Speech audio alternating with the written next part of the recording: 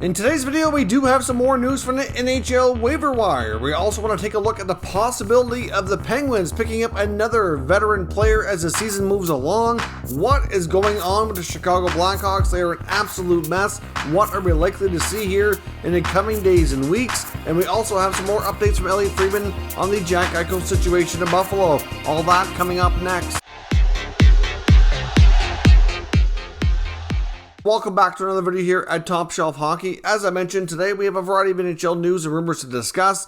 First up, we do have some news from the NHL waiver wire. We have 3 new players on waivers here today, one of which is for a contract termination. So that's Anaheim Ducks player Alexander Volkov, who's like I said, on unconditional waivers for the purpose of contract termination, so he's likely unhappy with the opportunity he's been given and is likely going to be heading to play overseas in Europe somewhere, would be my guess, possibly the KHL or one of the other European leagues. So I would assume he likely clears and moves on. We also have a couple other players, including Detroit player Kyle Criscuolo, who's 29 years old. He's basically a career minor leaguer, has not played yet this year, so he would need waivers to be able to be assigned to their AHL club. That's really all that is for, and I really don't see any claim being placed there. That would be extremely unlikely. And the New York Islanders also have goaltender Corey Schneider on waivers. Now, of course, normally Schneider would have been on waivers earlier to start the season in the American Hockey League because he's essentially their number 3 goaltender. But of course, they had been dealing with an injury to their main starting goaltender, Semyon Varlamov. So youngster Ilya Sorokin's been carrying the workload. Of course, the Isles had a bit of a shaky start, which I don't think is fair to put on Sorokin at all. But he's had a really strong, recent games here with back-to-back shutouts. So Sorokin has certainly been on his game. He's played every game so far. So the fact that Schneider is on waivers, that tells us that Varlamov is ready to return. The Islanders are just about halfway through their 13-game road trip to start the season. Of course, they had to start on an extended road trip because of their brand new arena not being completely ready as of yet. They won't be able to get into there for a little while later into November. So that's kind of an unfortunate way to start. But if they can survive that 13 games and come out with a half-decent record and be okay standings-wise, then that's just going to suit them that much better long-term because they can start having a little bit more of a home-heavy schedule the rest of the way since they'll already have 13 road games under their belt. So, like I said, that's likely that Schneider clears and goes down, and then Varlamov returning will be good for the Islanders, good for Sorokin, so he can get a little bit of a breather and don't have to play every single game. So that's your news from the waiver wire here today. Of course, like I said, we do have some other teams we want to talk about, and let's get started with Chicago. The Blackhawks are an absolute mess. At this point, they broke an NHL record in last night's game for number of minutes played without holding a lead to start the season. They have not led in any games yet this year, and they have 6 games completed. They have 1 game that resulted in an overtime loss, which, essentially they came back and tied it up late. So they had some stretches of games where they've been tied, but never had a lead, and then a loss in overtime. I believe that was against the Devils, if I'm not mistaken. But otherwise, they've lost every game. And if you've been watching any of it, and I haven't seen every minute of every game, I've only caught bits and pieces. I watch the highlights every day, though, for anything I do miss. If I don't get to watch the game through the entirety, but they look abysmal. The defense has been terrible. The number of giveaways is insane. Marc-Andre Fleury at this point, his stats are horrendous. I don't think you can pin this on goaltending though, but I will say that I honestly do wonder if Marc-Andre Fleury right now is having some regrets over reporting to Chicago instead of retiring. I don't think when he decided to go that he envisioned things going this poorly. And there are certainly a few goals when I think we could say for Fleury that he probably would have had it last year, that it's just it messes with your mental state when there's that much losing going on, and not just losing, but losing badly. The crowd has been booing them out of the building the last number of home games, it's just a really, really bad scene. We've seen a lot of negativity around the Chicago Blackhawks team. A lot of the moves that they made in the offseason, which were pegged as being mega offseason moves that were going to propel them back into the playoffs, which I personally didn't completely buy. I mean, I know when we had seen different trades and signings happen, like I didn't, necessarily, really go into great detail thinking they're terrible at the time. But like the Seth Jones trade, like they gave up a lot. They really gave up a lot for Seth Jones. And then the contract they signed was a lot of money. I had immediate concerns that it was too much.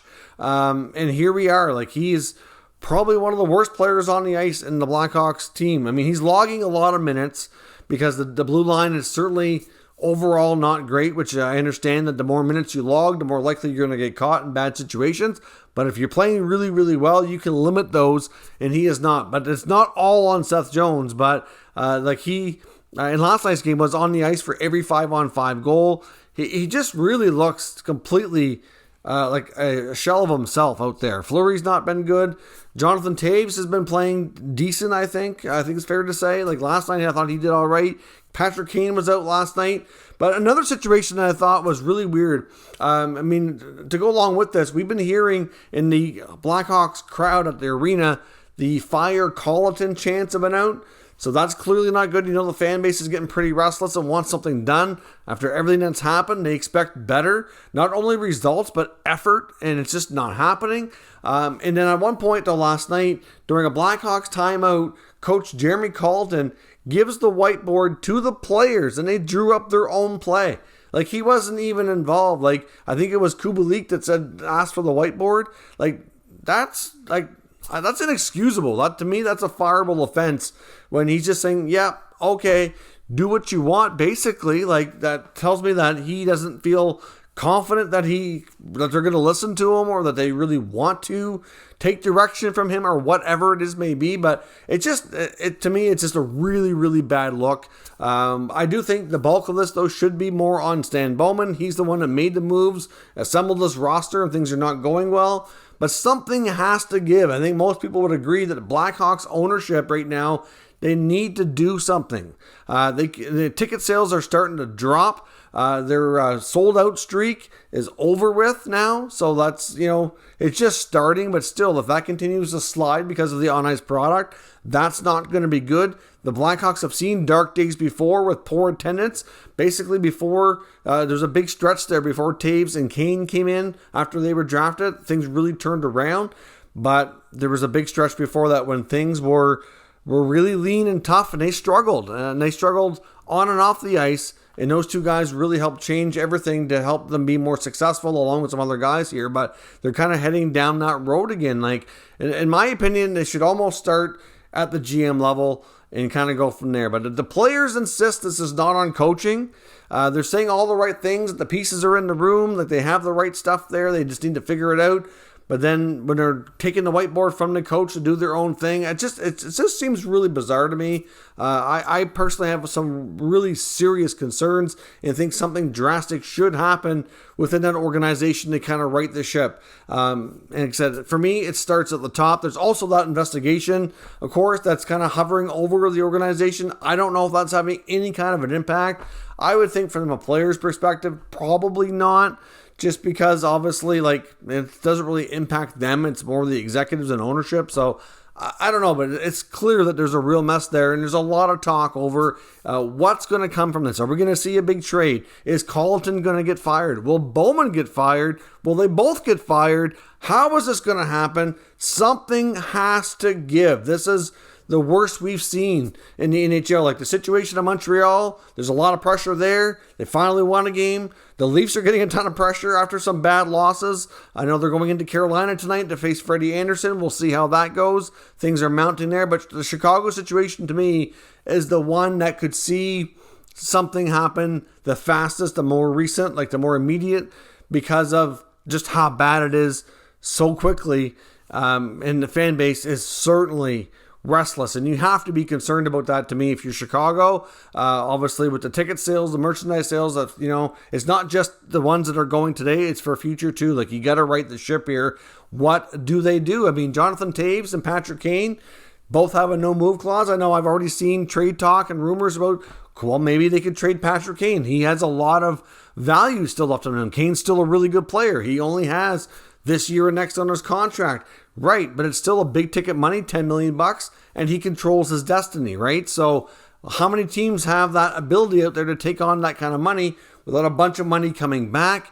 And what would Chicago be able to take back for It would not be easy. It would be very, very, very complicated. As much as they shop Patrick Kane around, I think there would be tons of interest. But again, like I said, not anywhere near easy to make it work. You got Seth Jones in that contract that doesn't even kick in until next year now, and it's looking like an albatross contract at the moment, at least. Fleury's only got 1 year left, so you'll have some flexibility that way to maybe change up the goaltending after this year. They could maybe trade him, but does he want to? I mean, he just uprooted his family and moved to Chicago. Is he going to want to move again? Probably not. As much as that situation on the ice is poor, I know he would probably put his family first, so I don't know how that's going to work out.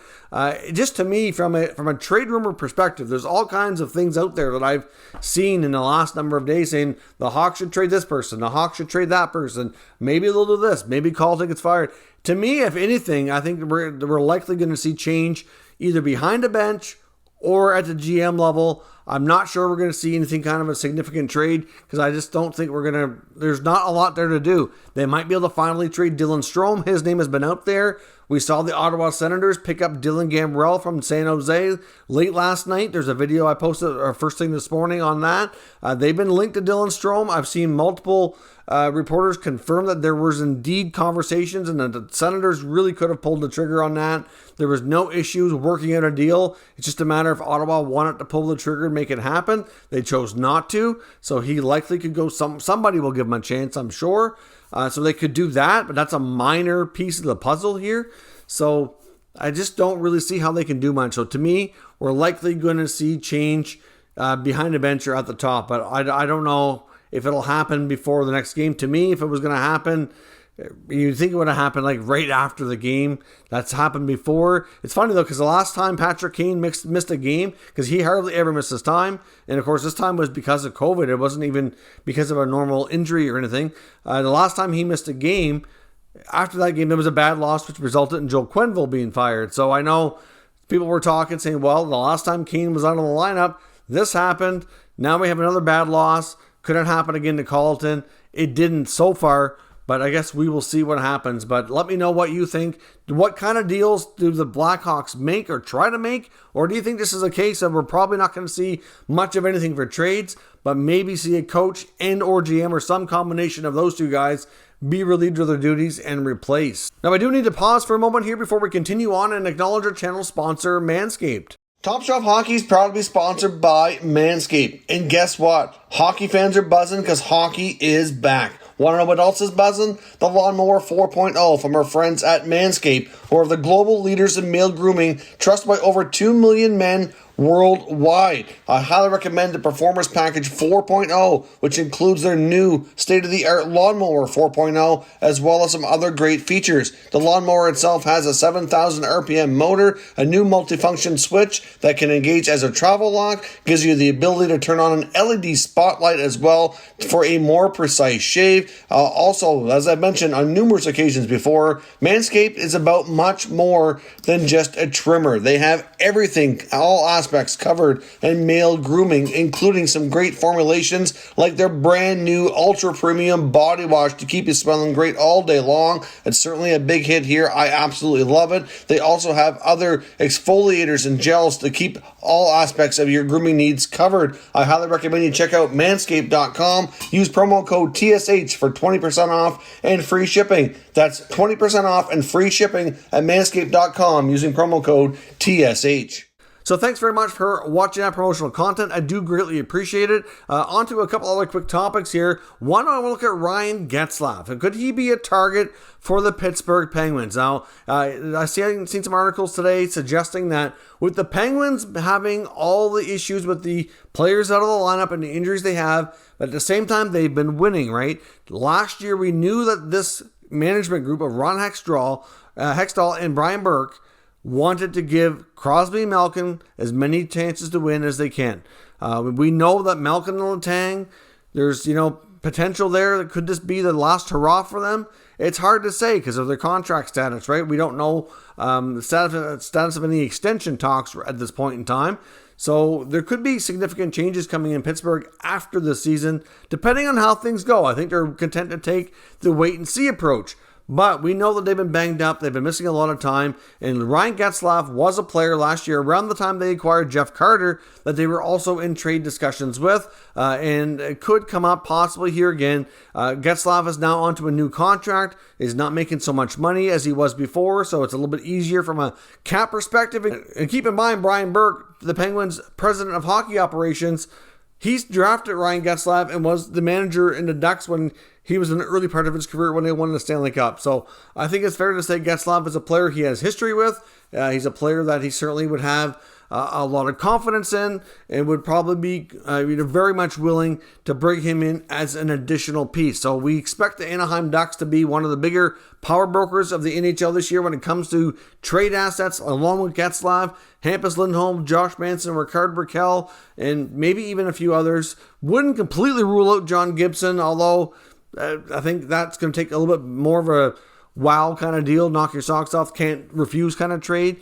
But they are likely going to be trading a lot of these assets. Now, if they surprise everybody and somehow are looking to make the playoffs, maybe they don't deal quite so much. But at the same time, like last year, they were close to trading Getzlaf. They basically, gave them the option. If you want us to try to find you a place to go to make a run on a cup, we'll do that. They came close to talk to Pittsburgh. They talked to Vegas, but nothing ever really fully materialized. So it's something that I would not be one bit surprised to see the Penguins re-explore if they continue to have issues with injuries and they want to add another veteran near the deadline because he's a lot less expensive cap-wise than he was last year. Now, of course, I wanted to touch on briefly on the Jack Eichel here as well. A lot of talk here today between Elliotte Friedman and Frank Saravalli on various radio hits and their podcasts, both of them touching on the subject yet again. Of course, talking about not only the potential grievance that could be coming, but I know Friedman on a radio hit mentioned that the team he's been hearing the most connection to when it comes to Eichel is the Calgary Flames. And Frank Saravalli made note today on his interview or podcast, and Saravalli made note today that he heard that there was a lot of chatter over the weekend regarding the really injured and beaten up Vegas Golden Knights being much more in the conversation around Eichel as well. Now, the only problem when it comes to Vegas is they're already down two key players with Pacioretty and Stone. Eichel could immediately go on LTIR after getting traded because he's going to need his surgery and be out 3 months or a little bit better if he gets what he wants, which is only going to be the reason he would be traded, of course. So we know that Pacioretty's now on LTIR. Stone isn't yet, but could be depending on how things go. They're saying Stone doesn't need surgery, but he is going to be out for a while. And it looks like it's a back issue, and those things can be nagging and drag on. It just really depends on how things go. It's a really tough one to call in that respect. So from Vegas' perspective, they need more of an immediate help, and Eichel's not going to provide that. But at the same time, Vegas, like Calgary, are both in the Pacific Division. It is considered one of the weaker divisions, so even though Vegas has started slow, it doesn't mean that they cannot get going here in a little while. They should be able to make up ground easier than they would if they were in a different division with more strong teams would have the points piling up here while they're kind of facing their rough patch. I mean, they're like 1-4 at the start of the season, which is really not great. They look more like an expansion team than Seattle does right now, but at the same time, it's mostly because they're battered and beaten up. It's not because they don't have the talent on the roster in the organization. There's too many guys are out and cannot play.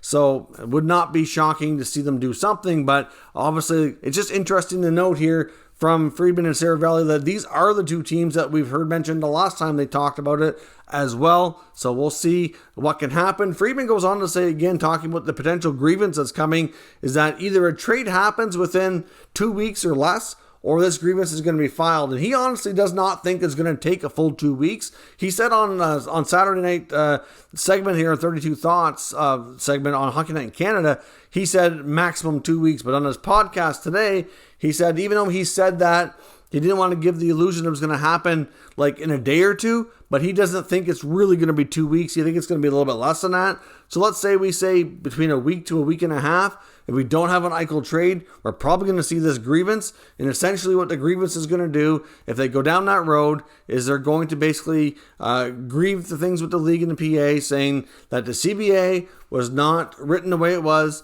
to prevent, reasonable surgeries from taking place and players getting the what they need to get healthy. So they've been seeing tons of doctors, as I've noted here before, and they're trying to accumulate as many reports from them as they can, saying that this is something that should be done and it's a safe procedure and all that, so he can try to kind of grieve it and get his way here. And some think that if he does that, maybe the Sabres should just hang on to him and try to make amends if they can and wait a little while to build up his value.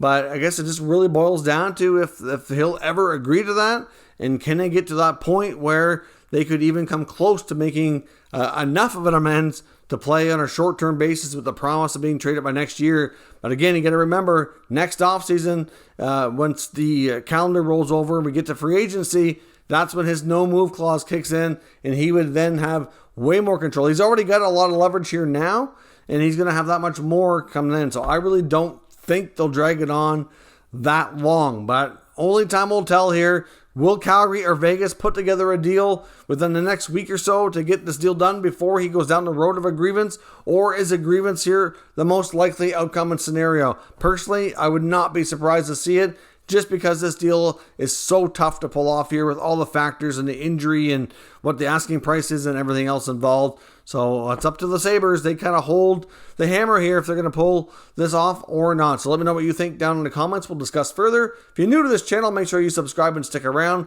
We will keep you up to date with all the latest news, rumors, and analysis on all 32 NHL teams. Thank you for watching, and I'll catch you next time.